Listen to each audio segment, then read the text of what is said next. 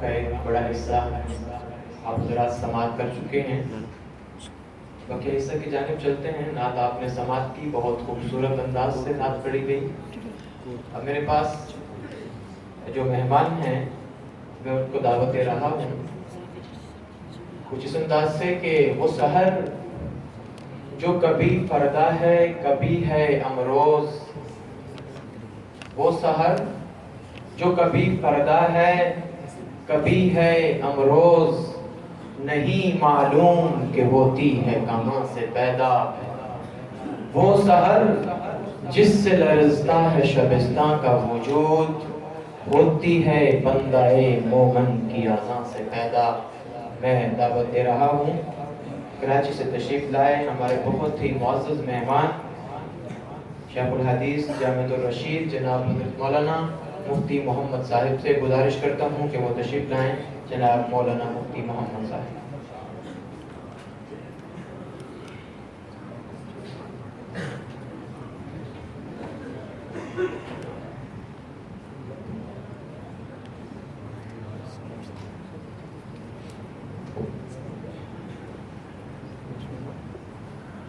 الحمد لله نحمده ونستعينه ونستغفره ونؤمن به ونتوكل عليه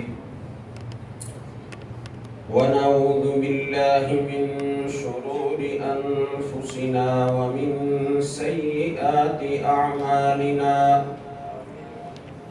من يهده الله فلا مضل له ومن يضلله فلا هادي له.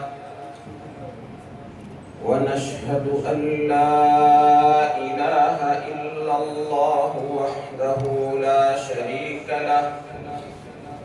ونشهد أن سيدنا وسندنا وحبيبنا ومولانا محمدًا عبده ورسوله صلى الله تعالى عليه وعلى آله وأصحابه وبارك وسلم تسليمًا كثيرًا كثيرًا. أما بعد فأعوذ بالله من الشيطان الرجيم. بسم الله الرحمن الرحيم. لا يستوي الذين يعلمون والذين لا يعلمون. وقال الله تعالى إنما يخشى الله من عباده العلماء.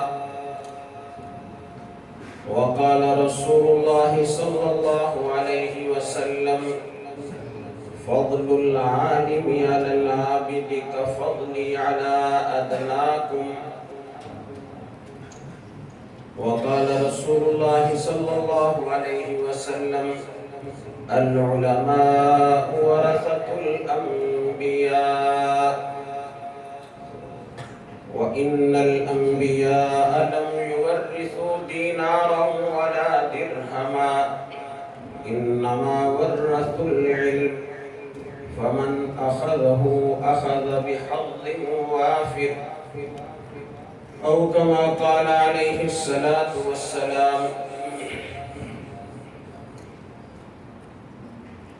قابل صد تکریم اکابر علماء کرام، جامعہ فتحیہ کے اساتذہ کرام اور منتظمین اور عزیز طلبہ، میرے لیے یہ سعادت کا موقع ہے کہ جامعہ فتحیہ جیسے تاریخی اور اکابر کے یادگار ادارے میں حاضری کی سعادت حاصل ہو رہی ہے اور آپ حضرات سے ملاقات ہو رہی ہے. مجلس میں اکابر علماء موجود ہیں جو میرے اساتذہ کی جگہ ہیں اور ان کی موجودگی میں میرے لیے بات کرنا آسان نہیں ہے، لیکن اکابری کا حکم ہے تو تعمیل حکم میں چند باتیں اپنے طلباء سے عرض کروں گا۔ سب سے پہلی بات تو یہ ہے کہ جو علم آپ حاصل کر رہے ہیں یہ علم دنیا کے سارے علوم سے اونچا علم ہے۔ جو منصب اللہ تعالیٰ نے آپ کو عطا فرمایا ہے وہ منصب سب سے اونچا منصب ہے۔ علوم وحی سے جو آپ کا تعلق ہے اور یہ جو اعزاز اللہ رب العزت نے اپنے فضل و کرم سے آپ کو عطا فرمایا ہے، اس سے بڑا اعزاز دنیا میں کوئی نہیں ہے۔ دنیا کا کوئی بڑے سے بڑا صدر، بڑے سے بڑا وزیر اعظم، بڑے سے بڑا ڈاکٹر، بڑے سے بڑا انجینئر وہ آپ کے مقام تک نہیں پہنچ سکتا۔ آپ علوم وحی حاصل کرنے میں لگے ہوئے ہیں، لیکن ان علوم وحی کے تعلق سے جو مقام اور جو مرتبہ، جو اعزاز اللہ تعالیٰ نے آپ کو بخشا ہے وہ اعزاز جب ہی اعزاز ہوگا اور وہ مقام جو علماء کے لیے اللہ نے مخصوص کیا ہے وہ جب ہی حاصل ہوگا کہ جب ان پڑھے جانے والے علوم پر عمل ہوگا اور اس کے تقاضوں کو پورا کیا جائے گا۔ اگر علم کے مطابق عمل نہ ہو، تقوی اور خشیت نہ ہو، یا علم حاصل کرنے میں اخلاص نہ ہو تو یہ سب محنتیں، سب مشقتیں، سب مجاہدے بالکل بیکار ہیں اور ان کا کوئی فائدہ نہیں ہے۔ رسول اکرم صلی اللہ علیہ وسلم کی حدیث ہے، آپ نے پڑھی ہے، حضرت ابو ہریرہ رضی اللہ تعالیٰ عنہ وہ حدیث بیان فرمانے لگے تو بے ہوش ہو گئے، ہوش آیا تو پھر بیان کرنا شروع کیا، پھر بے ہوش ہو گئے، ہوش آیا پھر بیان کرنے کی کوشش کی تو پھر بے ہوش ہو گئے، چوتھی مرتبہ بمشکل حدیث بیان کی۔ اس حدیث کا خلاصہ یہ ہے کہ قیامت کے دن سب سے پہلے عالم دین کو اٹھایا جائے گا اور اس سے پوچھا جائے گا کہ میں نے تم پر یہ انعام کیا، یہ انعام کیا، اپنے وحی کے علوم تمہیں عطا کیے، بتاؤ تم نے کیا کیا؟ تو وہ عالم یہ کہے گا کہ میں نے آپ کی رضا کی خاطر قرآن و سنت کے علوم سیکھے اور ساری زندگی میں نے پھر ان کی تبلیغ اور اشاعت میں صرف کر دی۔ اللہ تعالیٰ کی طرف سے ارشاد ہوگا کہ جھوٹ بولتا ہے۔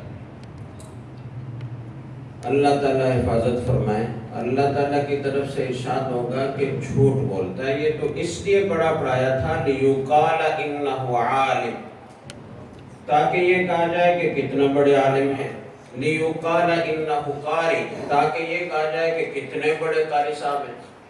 فقد قیل، اور یہ کہا جا چکا۔ دنیا میں تعریفیں سننے کے لیے اور اپنا مرتبہ اور مقام بلند کرنے کے لیے لوگوں کی نظروں میں پڑھایا گیا تھا تو وہ مقام حاصل ہو گیا، لوگوں نے تعریفیں کر لی، لوگوں نے ہاتھ چوم لیے، لوگوں نے کہہ دیا بڑے عالم ہیں، لوگوں نے کہہ دیا بڑے قاری صاحب ہیں، تو وہ جو مقصد تھا وہ حاصل ہو چکا، لہذا حکم ہوگا کہ اس کو اوندے منہ جہنم میں ڈال دیا جائے۔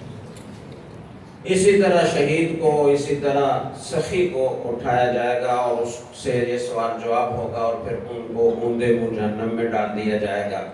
اس لیے کہ جو کچھ انہوں نے کیا، دعویٰ تو یہ کیا کہ اللہ کی رضا کے لیے کیا، لیکن وہ اس دعوے میں سچے نہ تھے اور اس کا مقصد کوئی دنیاوی تھا، چاہے منصب کی طلب ہو، چاہے اور کوئی دنیا کا مفاد پیش نظر ہو۔ اخلاص نہیں تھا تو ساری محنتیں، ساری زندگی کی تگ و دو وہ ضائع ہو گئی اور آخر میں جہنم کا فیصلہ ہوا۔ تو اللہ تعالی ہمیں اس سے حفاظت فرمائے اور ہمیں اخلاص کامل عطا فرمائے۔ تو ایک تو اخلاص ہونا چاہیے، دوسرا جو کچھ پڑھے اس پر عمل ہونا چاہیے۔ اگر ہم خود عمل نہیں کر رہے تو پھر ہم دوسروں کو کیسے دعوت دے سکتے ہیں، اور ہماری اس دعوت میں تاثیر کیا ہوگی؟ اور اگر ہوگی بھی، کچھ لوگ متاثر ہوں گے، عمل کرنے لگیں گے تو وہ تو جنت میں چلے جائیں گے، اور ہمارا ٹھکانہ دوسرا ہوگا۔ حدیث میں آتا ہے کہ قیامت کے دن بعض اہل جنت کہیں گے کہ یا اللہ یہ تو ہمیں نصیحت کرتے تھے اور یہ تو ہمیں دین کی باتیں بتاتے تھے، ان کے وعظ و نصیحت سے متاثر ہو کر تو ہم نے دین پر عمل شروع کیا، ہم جنت میں ہیں اور ان کو آپ نے جہنم میں ڈالا ہے۔ تو یہ کہا جائے گا کہ یہ دوسروں کو تو نصیحت کرتے تھے لیکن اپنے آپ کو بھول جاتے تھے۔ تو تقویٰ ہوگا تو آپ کے علوم میں برکت ہوگی، اس سے میں روحانیت ہوگی، نورانیت ہوگی، اور اس سے دنیا میں روشنی پھیلے گی۔ اور اگر تقویٰ اور خشیت اور للہیت نہیں ہوگی تو پھر یہ علوم محض الفاظ کا ایک مجموعہ ہوں گے، اور مثل الذین حملوا التوراۃ ثم لم يحملوها كمثل الحمار يحمل اسفارا کا مصداق ہوں گے۔ ایک بات تو یہ عرض کرنا تھی۔ دوسری بات یہ عرض کرنا تھی کہ ابھی آپ کی چھٹیاں ہونے والی ہیں، اور چھٹیوں میں آپ حضرات اپنے گھروں کو جائیں گے۔ گھروں میں جو اوقات طلباء کے ہوتے ہیں وہ بہت قیمتی اوقات ہوتے ہیں۔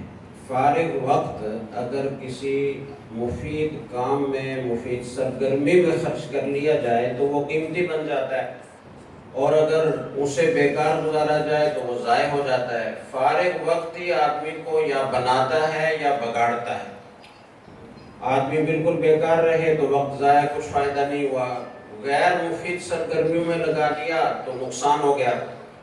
اسے اگر ہم مفید سرگرمیوں میں لگائیں گے تو وہ مفید بن جائے گا۔ عام طور پر ہمارے مدارس میں پڑھنے والے طلباء اور فارغ ہونے والے علماء وہ مخدوم بن کر رہتے ہیں، اور ان کا دل یہ ہوتا ہے کہ ساری دنیا ہماری خدمت کرے، ہمارے پاؤں دبایا کرے، ہمارے جوتے سیدھے کیا کرے، ہمارے ہاتھ چوما کرے۔ تو یہ مخدومیت کا جو ذہن ہے اور جو مزاج ہے یہ اچھا نہیں ہے۔ آپ کو خادم بن کر رہنا چاہیے۔ رسول اکرم صلی اللہ علیہ وسلم سے بڑا مقام کس کا ہو سکتا ہے؟ آپ صلی اللہ علیہ وسلم جب گھر تشریف لاتے تھے تو ازواج مطہرات رضی اللہ تعالیٰ عنہ فرماتی ہیں کہ آپ گھر میں جھاڑو دے دیا کرتے تھے، آپ کپڑوں کو پیوند لگانے کی ضرورت ہو تو پیوند لگا دیا کرتے تھے، آپ جوتا گانٹھ دیا کرتے تھے، آپ بکری کا دودھ دو لیا کرتے تھے۔ تو یہ کام کرنا کوئی انسان کی شان کے خلاف نہیں ہے۔ رسول اکرم صلی اللہ علیہ وسلم نے یہ سارے کام کیے ہیں، تو ہمیں مخدوم بن کر نہیں رہنا چاہیے بلکہ خادم بن کر رہنا چاہیے۔ مخدومیت کا مقام تو ایسا ہے کہ وہ چھن بھی سکتا ہے، اس پر حسد کرنے والے بھی ہوں گے، اس کے لیے جلنے والے بھی ہوں گے، اور اس میں طرح طرح کی الجھنیں بھی پیش آئیں گی۔ منصب کبھی ملے گا کبھی چھنے گا، اس کا دکھ الگ ہوگا۔ لیکن خادمیت کا منصب اپنے لیے آدمی منتخب کر لے تو وہ دنیا کی کوئی طاقت چھین نہیں سکتی، اس پر کوئی حسد نہیں کر سکتا، اس منصب سے کوئی نیچے نہیں گرا سکتا۔ تو آپ کو خدمت کرنی چاہیے اپنے والدین کی، اپنے بہن بھائیوں کی، اپنے عزیز و اقارب کی، اور گھر کے کاموں میں بڑھ چڑھ کر حصہ لینا چاہیے۔ اہل دنیا یہ نہ کہیں کہ جی جو مولوی بننے کے لیے مدرسے میں چلا جاتا ہے وہ بالکل بیکار ہو جاتا ہے، اسے دنیا کا کوئی کام آتا ہی نہیں ہے، اسے کام کرنے کا سلیقہ ہی نہیں آتا، یا تو جذبہ ہی نہیں ہے، یا جذبہ ہے تو سلیقہ نہیں آتا۔ تو وہ سلیقہ کیوں نہیں آتا؟ اس لیے کہ ہم کام کرتے نہیں ہیں۔ اگر کاموں میں حصہ لیتے رہیں تو سلیقہ بھی آتا جائے گا، تجربہ حاصل ہوتا جائے گا۔ تو بیکار بننا اور دوسروں کی نظروں میں ایسے بن کر رہنا کہ جیسے یہ بالکل کوئی ایک الگ سے مخلوق ہے جس کا دنیا سے کوئی تعلق نہیں ہے، اور اس کا کام بس یہ ہے کہ نماز پڑھا کرے اور تسبیح کیا کرے۔ تو دنیا کے سارے کاموں میں حصہ لینا چاہیے، اپنے گھر کے کاموں میں ان کا ہاتھ بٹانا چاہیے، خدمت خوب کرنی چاہیے، اگر کسی کے والدین، کسی کے بہن بھائی دین سے دور ہیں تو آپ ان کو دین کے قریب بھی جب لا سکتے ہیں کہ جب آپ ان کی خوب خدمت کریں اور ان کے کاموں میں ان کا ہاتھ بٹائیں. آپ ان کو پھر دعوت دیں گے تو وہ مؤثر ہوگی. کاموں میں حصہ لیا کریں. اور دوسرا کام جو آپ کو کرنا ہے اپنے گھروں میں جا کر، وہ یہ کرنا ہے کہ آپ نے دعوت دینی اپنے عزیز و اقارب کو بھی، اور عزیز و اقارب سے ہٹ کر جو ہمارے معاشرے کا جو چنیدہ طبقہ ہے اس کو بھی آپ نے اپنی دعوت کا میدان بنانا ہے. ہم صرف مدرسے کی چار دیواری میں پڑھ پڑھا کر اپنی ذمہ داریوں سے عہدہ برار نہیں ہو سکتے. یہ مدارس جو قائم ہوئے تھے، جن کی ام المدارس دارالعلوم دیوبند ہے، تو وہ اس لیے نہیں قائم ہوا تھا کہ بس ہم چار دیواری کے اندر علوم دینیہ کو پڑھیں گے، اگرچہ یہ بھی بہت بڑا کام ہے، اور علوم وحی کی حفاظت اور اس اساس کی حفاظت اور دوسروں تک پہنچانا یہ بہت بڑا کام ہے. لیکن صرف محدود لوگوں میں جو طلب لے کر مدرسے کی چار دیواری میں آ جائیں، ان کو پڑھا کر ہماری ذمہ داری پوری ادا نہیں ہوتی. یہ نظام تو اس لیے نازل ہوا تھا کہ یہ معاشرے میں نافذ ہو، اور دارالعلوم دیوبند قائم اسی لیے ہوا تھا کہ جو دین کے آثار معاشرے سے مٹ گئے ہیں، جو اقدار مٹ گئی ہیں، جو احکام مٹا دیے گئے ہیں، جو معاشرے میں نافذ نہیں رہے، انہیں ہمیں دوبارہ معاشرے میں نافذ کرنا ہے. اور اس کے لیے ہمیں وہ صلاحیتیں درکار ہیں جو معاشرے میں اس دین کو نافذ کرنے کے لیے ہمیں درکار ہے. یہ مقصد تھا، اور اس مقصد کے لیے آپ نے مدرسے میں داخلہ لیا اور آپ نے پڑھنا شروع کیا. تو اب اسی تک محدود نہ رہیں کہ بس پڑھا، کتابیں بند کی، الماری میں رکھی، نماز کا وقت ہوا اور ٹوٹی پھوٹی نماز ہم نے پڑھی اور ہم نے سمجھ لیا کہ ذمہ داری ادا ہو گئی. دعوت کا جب تک آپ مزاج نہیں بنائیں گے، حکیم الامہ مجدد الملہ حضرت مولانا محمد اشرف علی تھانوی رحمہ اللہ تعالی یہ فرماتے ہیں کہ انبیاء علیہ السلام کا اصل وظیفہ وہ دعوت ہے، اور علماء کی ذمہ داری ہے کہ وہ اس دعوت کے شعبے کو اپنی ذمہ داری سمجھیں. علوم تو اس لیے سیکھے جاتے ہیں تاکہ وہ دعوت مستند ہو اور وہ اس میں غلط چیزیں نہ آئیں، وہ قرآن و سنت کے علوم کی روشنی میں دی جا سکے. علوم تو اس لیے سیکھے جاتے ہیں. صرف علوم سیکھنے پر اکتفا کرنا اور دعوت کا مزاج نہ بنانا، دعوت کا اہتمام نہ کرنا، لوگوں کو دین کی طرف متوجہ نہ کرنا، یہ ہماری بہت بڑی کوتاہی ہے. آپ حضرات کو چاہیے کہ اپنے معاشرے کے وہ با اثر لوگ جو اس ملک کی پالیسیاں بناتے ہیں، جو اس ملک میں قانون سازی کرتے ہیں، جن کا اثر رسوخ ہے، جو ہمارے اوپر مسلط ہیں، جن کی مرضی سے قانون بنتے ہیں، جن کی مرضی سے حکومتیں چلتی ہیں، جن کی مرضی سے پالیسیاں بنتی ہیں، ان کو اپنی دعوت کا خاص میدان بنائیں. رسول اکرم صلی اللہ علیہ وسلم تو ویسے سب کو دعوت دیتے تھے، لیکن جو معاشرے کے سرکردہ افراد ہوتے تھے، جو سردار ہوتے تھے، ان کو خاص ہدف بنا کر دعوت دیتے تھے، ان پر بار بار محنت فرماتے تھے. ایک ایک کے پاس کئی مرتبہ جاتے تھے. ابو جہل کے پاس کتنی مرتبہ آپ تشریف لے گئے. ایک مرتبہ آندھی چل رہی تھی، تیز بارش ہو رہی تھی، تو رسول اکرم صلی اللہ علیہ وسلم اس آندھی میں نکلے کہ شاید اس وقت اس کے دل پر اثر ہو جائے اور یہ ایمان قبول کر لے. تو آپ صلی اللہ علیہ وسلم نے سرداران کو خاص طور سے اپنی دعوت کا ہدف بنایا. با اثر لوگ جب ایمان لاتے ہیں اور دین کے ساتھ جڑتے ہیں تو ان کی وجہ سے لاکھوں لوگ دین کی طرف آتے ہیں. آپ اپنے جہاں جہاں آپ جائیں وہاں انتظامیہ کے بڑے افسران، وہاں فوج کے بڑے افسران، وہاں یونیورسٹیوں اور کالجوں کے پروفیسر اور لیکچرار، ان حضرات سے اپنے رابطے قائم کریں، ان کو دین کی دعوت دیں، ان کو مدارس میں آنے کی دعوت دیں. جو مدارس کے خلاف ایک پروپیگنڈا میڈیا کے ذریعے سے تسلسل کے ساتھ کیا جا رہا ہے اور طرح طرح کے اتہامات اور الزامات لگائے جا رہے ہیں، یہ ہم ہمیشہ دوسروں کو مورد الزام ٹھہراتے ہیں، لیکن میں سمجھتا ہوں کہ اس میں بہت بڑی کوتاہی ہماری اپنی بھی. کہ ہم نے ان کو مدرسے میں آنے کی دعوت کر دی ہے، ہم ان کو لے کر کب آئے، ہم نے اپنا نظام تعلیم، اپنا نصاب تعلیم ان کو دکھایا کر ہے۔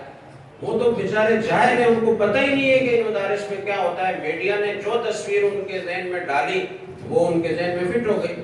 تو ہم نے اب کوتاہی کی کہ ہم نے ارکان اسمبلی سے آپ رابطے کریں، آپ معاشرے کے بااثر افراد سے رابطے کریں، ان کو جا کر سمجھائیں کہ دین کیا ہے، مدارس کیا ہیں، ان میں کیا پڑھایا جاتا ہے، کیا سکھایا جاتا ہے، اور ہم کس مقصد کے لیے یہ مدارس قائم کر رہے ہیں، کیوں ان کا مقصد کیا ہے، ان کے وجود سے ہمارے مقاصد کیا ہیں، یہ ان کو سمجھانے کی اور ان کو دکھانے کی ضرورت ہے، اور ان کو باقاعدہ ہدف بنا کر ان کو دعوت دینے کی ضرورت ہے۔ جب تک یہ نہیں ہوگا تو ہماری مشکلات آسان وہ ختم نہیں ہوں گی۔ اور دوسرا کام جو کرنے کا ہے اہل مدارس کے لیے کہ وہ اپنے ہاں ایسے رجال کار تیار کریں کہ وہ رجال کار ان اداروں میں جائیں اور ان اداروں میں جا کر تبدیلی پیدا کریں۔ ہم ہمیشہ خائف رہتے ہیں کہ جی اسکول میں جائیں گے، کالج میں جائیں گے، فارغ ہونے کے بعد تو خراب ہو جائیں گے، فوج میں جائیں گے تو خراب ہو جائیں گے، یا دین کی خدمت سے محروم ہو جائیں گے۔ تو دین کی خدمت کا دائرہ کیا اتنا سا ہے بس جو چار دیواری کے اندر تک محدود ہے؟ آپ کے مدرسے میں آتے کتنے لوگ ہیں؟ 1% بھی نہیں۔ اگر آپ سروے کریں کالج یونیورسٹی میں کتنی مخلوق جا رہی ہے اور مدارس دینیہ میں کتنے لوگ آ رہے ہیں، تو 1% بھی نہیں بنیں گے۔ جو 99% ان اداروں میں جا رہے ہیں تو کیا ہماری کوئی ذمہ داری نہیں ہے کہ ان کو دین سے وابستہ کریں؟ ہم اس 1% پر محنت کر کے مطمئن ہو جائیں کہ بس ہم اپنا کام کر لیا، اپنی ذمہ داری ادا کر دی، اور وہ سارا نظام حکومت، نظام سیاست، اپنے سارے کے سارے ادارے ہم نے ان دین سے دور افراد اور بعض دین بیزار لوگوں کے حوالے کر رکھیں۔ باطل کس طریقے سے کام کر رہا ہے؟ وہ اپنے چنیدہ لوگوں کو منتخب کرتا ہے، یہاں کے ملک کی بہترین تعلیمی اداروں میں ان کو تعلیم دلاتا ہے، ان کے لیے ہاسٹل کا انتظام کرتا ہے، ساری سہولیات ان کو فراہم کرتا ہے، ان کو کسی قسم کی دقت نہیں ہونے دیتا، اور یہاں سے جب وہ فارغ ہوتے ہیں تو پھر ان کو بیرون ملک بھیجتا ہے اعلیٰ تعلیم کے لیے، اور وہاں سے ڈگریاں لے کر جب وہ آتے ہیں تو ان میں سے کوئی چیف سیکرٹری ہوتا ہے، کوئی داخلہ سیکرٹری ہوتا ہے، کوئی خارجہ سیکرٹری ہوتا ہے، کوئی آئی جی ہوتا ہے، کوئی ایڈیشنل آئی جی ہوتا ہے، اور پھر وہ ہمارے ساتھ جو زیادتیاں کرتے ہیں، ظلم کرتے ہیں، ہم روتے ہیں کہ جی ہمارے ساتھ زیادتی ہو رہی ہے۔ تو ایسے لوگ کہ جو اپنا سارا سسٹم ان کے حوالے کیے ہوئے ہوں اور اس سے بالکل لا تعلق ہوں، تو ان پر ظلم نہیں ہوگا تو کیا ہوگا؟ ان شعبوں کے لیے افراد تیار کر کے وہاں بھیجنا، اور تاکہ وہ جا کر اداروں میں صحیح کام کریں، امانت دیانت سے کام کریں، انصاف اور عدل کا نظام وہ نافذ کریں، پورے معاشرے میں اس کی خیر پھیلے اور ہم بھی اس خیر سے مستفید ہو سکیں، یہ بھی ہماری ذمہ داریوں میں سے ہے۔ اور جو افراد وہاں کام کر رہے ہیں ان سے رابطے پیدا کر کے ان کو ایک ذہن دینا، ایک مشن دینا، ایک ہدف دینا، ان کو اپنے دین کی سربلندی کے لیے استعمال کرنا، ان کی صلاحیتوں سے فائدہ اٹھانا، یہ بھی ہماری ذمہ داری ہے۔ جب ہم وہاں کے لیے نہ خود افراد تیار کریں، نہ ہم وہاں موجود افراد سے کوئی رابطے پیدا کر کے ان کو کوئی ہدف دیں، کوئی مشن دیں، کوئی ذہن سازی کریں، تو پھر ظاہر ہے کہ نہ تو دین کی سربلندی والا جو ہماری تمنا ہے وہ پوری ہو سکتی ہے، اور نہ ہمارے ساتھ جو زیادتیاں ہو رہی ہیں وہ ختم ہو سکتی ہیں۔ تو ہم خود بھی اس کے بہت حد تک ذمہ دار ہیں۔ باقی رہی یہ بات کہ ہمارے طلباء فضلاء وہ دنیاوی اداروں میں جائیں گے تو خراب ہو جائیں گے، تو 7-8 سال ہمارے پاس رہنے کے باوجود اگر یہ خطرہ ہے کہ وہ کسی دوسرے ماحول میں جائیں گے اور خراب ہو جائیں گے، تو اس کا مطلب یہ ہوا کہ یہ ہمارے نظام تعلیم اور نظام تربیت پر بہت بڑا سوالیہ نشان ہے۔ تبلیغی جماعت میں ایک آدمی ایک چلہ لگاتا ہے، 3 چلے لگاتا ہے، تو وہ دنیا کے جس ماحول میں اس کو بھیجیں وہ کبھی تبدیل نہیں ہوتا، اس کے خراب ہونے کا کوئی اندیشہ نہیں ہے۔ وہ امریکہ جائے، وہ یورپ جائے، وہاں کی چکا چوند دیکھے، وہ کسی بادشاہ کے دربار میں جائے، کسی ایوان صدر میں جائے، ایوان وزیر اعظم میں جائے، کسی جگہ متاثر نہیں ہوگا۔ اس کی پگڑی نہیں تبدیل ہوگی، اس کی داڑھی نہیں چھوٹی ہوگی، اس کے ٹخنے نہیں ڈھنکیں گے، وہ اپنی اسی وضاحت کے ساتھ ساری دنیا میں گھومے گا اور بڑے بڑے دنیاوی اداروں میں ملازمت بھی کرے گا، کبھی وہ اپنا حلیہ تبدیل نہیں کرے گا، کبھی اپنے وضاحت تبدیل نہیں کرے گا۔ تو اگر تبلیغی جماعت والے اتنی تربیت 4 مہینے میں اور 40 دن میں کر لیتے ہیں، تو ہم 8 سال میں اتنی تربیت کیوں نہیں کر سکتے کہ ہمارے طلبہ ہمارے فضلاء وہاں جائیں اور وہ تبدیل نہ ہوں، وہ وضاحت تبدیل نہ کریں، وہ وہاں تبدیلی پیدا کریں؟ اس پر غور کرنے کی ضرورت ہے۔ میں اس وقت صرف اتنی بات کہنا چاہتا تھا، بات لمبی ہو گئی، کہ آپ حضرات چھٹیوں میں جا رہے ہیں تو اپنا مشن بنائیں کہ ہمیں یہاں اپنے علاقے میں جتنے بھی بااثر حلقے ہیں، جتنے طبقات ہیں، جتنے ہمارے افسران ہیں، اسمبلی کے ممبران ہیں، پروفیسر ہیں، لیکچرار ہیں، ان تک پہنچنا ہے، ان تک جانا ہے اور ان کو دعوت دینی ہے اور ان کو اپنے مدارس کی طرف متوجہ کرنا ہے۔ اور اس میں کسی مروبیت اور احساس کمتری کی ضرورت نہیں ہے۔ آپ کے پاس علوم وحی ہے، آپ کے پاس اتنی بڑی طاقت اور قوت ہے کہ جس کے مقابلے میں دنیا کا کوئی علم نہیں ہے اور دنیا کی کوئی طاقت اس کا مقابلہ نہیں کر سکتی۔ تو آپ کو احساس کمتری کی کیا ضرورت؟ تو آپ کسی ڈاکٹر سے بات کریں تو نہ گھبرائیں، کسی انجینئر سے بات کریں تو اس کے پاس جو علم ہے اس کی کیا حیثیت ہے؟ وہ علوم بھی میں ان کی تحقیر نہیں کرنا چاہتا، وہ بھی فرض کفایہ ہے، ڈاکٹری کا علم بھی فرض کفایہ ہے، انجینئرنگ کے علم بھی فرض کفایہ ہے۔ آپ کی یہ عمارت اتنی شاندار بنی ہوئی ہے تو انجینئرنگ کا اس میں دخل ہے یا نہیں ہے؟ آپ بیمار ہوتے ہیں تو ڈاکٹر سے علاج کرانے جاتے ہیں نہیں جاتے؟ وہ ہمارے معاشرے کی ضرورت ہے، اور جو چیز بھی اسلامی معاشرے کی ضرورت ہو وہ فرض کفایہ ہوتی ہے۔ لیکن جو مقام اور جو مرتبہ آپ کو اللہ نے عطا فرمایا، جو علوم آپ کو اللہ نے عطا فرمائے ہیں، ظاہر ہے کہ ان علوم کے مقابلے میں یہ بہت اونچا علم ہے، تو یہ آپ کے پاس ہے، تو پھر آپ کو کسی سے محروم ہونے کی کیا ضرورت ہے؟ ہاں یہ ہے کہ آپ سلیقے سے بات کریں، وَجَادِلْهُمْ بِالَّتِي هِيَ أَحْسَنُ اُدْعُ إِلَى سَبِيلِ رَبِّكَ بِالْحِكْمَةِ وَالْمَوْعِظَةِ الْحَسَنَةِ۔ آپ کو دعوت دینے کا طریقہ آنا چاہیے، سلیقہ آنا چاہیے، حکمت اور بصیرت ہونی چاہیے، موقع محل کو دیکھنا چاہیے اور موقع محل کے مطابق بات کرنی چاہیے۔ ہمارے حضرت مفتی محمد شفیع صاحب رحمہ اللہ تعالیٰ اپنے اکابر کے واسطے سے ایک بات فرمایا کرتے تھے، فرماتے تھے کہ حق بات حق نیت سے اور حق طریقے سے کہی جائے تو ضرور اثر کرتی ہے۔ اگر کسی جگہ کوئی دین کی بات کرنے سے کوئی فتنہ کھڑا ہوا ہے یا کوئی مسئلہ پیدا ہوا ہے تو اس میں ضرور کسی ایک چیز میں کمی ہوگی، یا تو نیت درست نہیں ہوگی، یا ہمارا طریقہ ٹھیک نہیں ہوگا، یا جو بات ہم نے کی ہے وہ حق نہیں ہوگی۔ حق بات حق نیت سے اور حق طریقے سے کہی جائے تو وہ ہر جگہ اثر کرتی ہے۔ تو میری آپ حضرات سے درخواست ہے کہ آپ اس پر توجہ دیں اور اس کو اپنی زندگی کا مشن بنائیں۔ آپ جہاں بھی رہیں دعوت کا مزاج ہو، آپ کا مطالعہ آپ کا وسیع ہو، آپ کے پاس معلومات ہو، آپ گفتگو کریں تو وہ مدلل ہو۔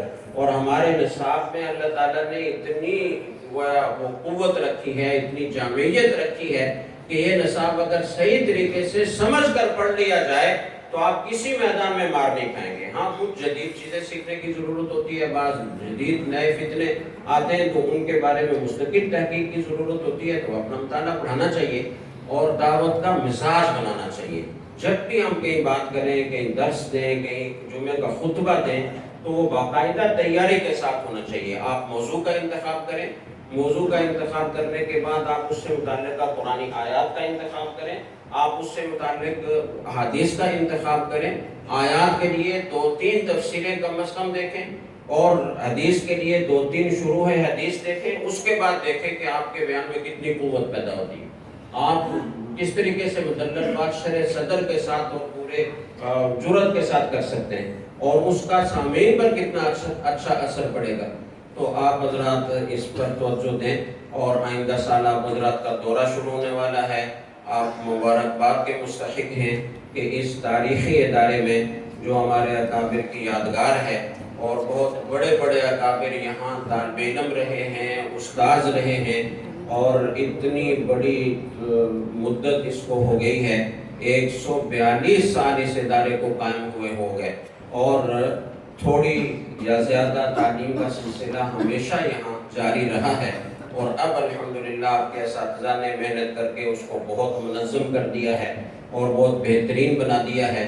تو آپ اس سے فائدہ اٹھائیں اور دورہ حدیث کے اسباق آپ پورے ذوق و شوق کے ساتھ اپنے اساتذہ کے سامنے پڑھیں، اور اساتذہ کی رضامندی کے بغیر اور ان کی اجازت کے بغیر آپ ادھر ادھر جانے کی کوشش نہ کریں۔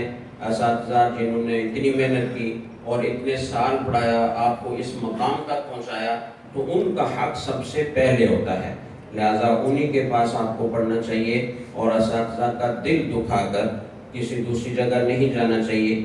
اگر کوئی مصلحت ہو، کوئی تقاضا ہو دوسری جگہ جانے کا، تو اپنے اساتذہ سے اجازت لے کر ان کو راضی کر کے جانا چاہیے۔ حضرت مولانا عبد الرحمن کامل پوری رحمہ اللہ تعالی جب یہاں سے پڑھنے کے بعد دارالعلوم دیوبند تشریف لے گئے، فرماتے ہیں کہ مجھے میرا دماغ ہی بند ہو گیا، مجھے کچھ آ ہی نہیں رہا، حالانکہ وہ انتہائی ممتاز ترین طالب علم تھے، یہاں سب سے فائق تھے، وہاں جا کر ذہن بند ہو گیا، دماغ بند ہو گیا، کچھ آ ہی نہیں رہا۔ غور کیا تو خیال ہوا کہ میں جب آ رہا تھا تو اپنے سارے اساتذہ کرام سے مل کر آیا تھا۔ ایک استاذ جن سے میں نے ابتدائی درجات کی کوئی کتاب پڑھی تھی، کتاب کا نام مجھے یاد نہیں رہا، وہ جن سے پڑھی تھی تو ان سے میں نہیں مل سکا تھا، اور کوئی اس لیے نہیں کہ ان کی تحقیر کی بنا پر یا ان کو اہمیت نہ دینے کی بنا پر نہیں ملا تھا، بلکہ اتفاق تھا یا کسی بنا پر وہ موجود نہیں تھے، اس لیے نہیں مل سکا۔ تو مجھے محسوس ہوا کہ یہ اس وجہ سے ہے کہ ان کے دل میں دکھ پیدا ہوا ہے، ان کو تکلیف ہوئی ہے، ان کو ناگواری ہوئی ہے۔ چنانچہ خط لکھا اور ان سے درخواست کی کہ میں جب آ رہا تھا تو میں نے آپ سے ملنے کی کوشش کی، نہیں مل سکا، یہ عذر تھا میرا، تو شاید آپ کو ناگواری ہوئی ہے اور اس کا میری تعلیم پر اثر پڑ رہا ہے، میں آپ سے دستبستہ معافی مانگتا ہوں، آپ مجھے معاف فرما دیں اور میرے لیے دعا فرما دیں۔ تو وہ خط جب ان استاذ کے پاس پہنچا تو انہوں نے جواب لکھا اور فرمایا کہ میں یہ سمجھا تھا کہ مجھے چھوٹا سمجھ کر مجھ سے نہیں ملا، لیکن آپ کے خط سے مجھے تسلی ہو گئی کہ عذر تھا اس وجہ سے نہیں مل سکے، تو میں بالکل دل سے راضی ہوں اور میں دعا کرتا ہوں۔ یہ جب خط واپس انہوں نے لکھا تو فرماتے میرا دماغ کھلا اور پھر پہلے کی طرح میرا دماغ چلنے لگا۔ تو اساتذہ کی اتنی اہمیت ہوتی ہے، اس لیے اس کو خاص طور سے مد نظر رکھا جائے۔ اللہ تعالیٰ جو کچھ کہا سنا اس پر عمل کی توفیق عطا فرمائے۔ وآخر دعوانا ان الحمد للہ رب العالمین۔